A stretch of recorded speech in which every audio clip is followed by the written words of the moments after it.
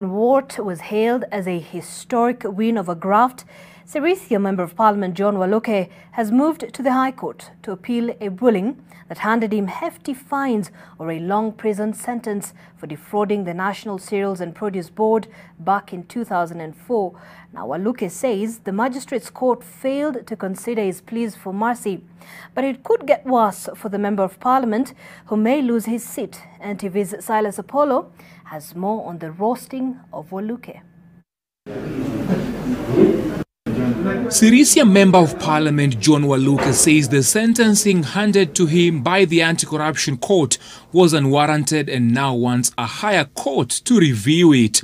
In an appeal filed by his lawyer Evans Ondieki, Waluke says he was dissatisfied with the entire judgments of Chief Magistrate Elizabeth Juma and intends to appeal at the High Court.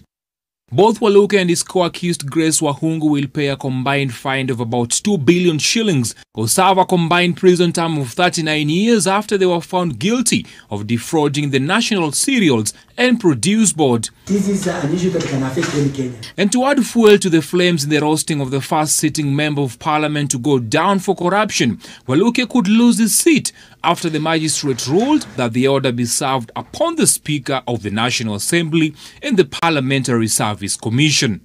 The Speaker could declare his seat vacant using the provision of the statutes like the Leadership and Integrity Act or the Anti-Corruption and Economic Crimes Act. Section 64 of the Anti-Corruption and Economic Crimes Act says that a person convicted of corruption or economic crimes shall be disqualified from being elected or appointed as a public officer for 10 years after conviction. Other options for the MP include a resignation from Parliament or from the party that sponsored him to Parliament. But even as the MP escaped these fires, the road ahead appears bumpy, since the law bars him from running for any political office in accordance with Section 99, subsection 2 of the Constitution, which states that a person convicted for more than 6 months will be barred from running for any political seat. In his appeal, Waluke argues that the Magistrate Court handed him the maximum sentence without considering his plea for lenience. This, he says, was punitive. But the EACC in a statement says the judgment was a landmark win in the fight against corruption and warns that more high-profile arrests are in the pipeline.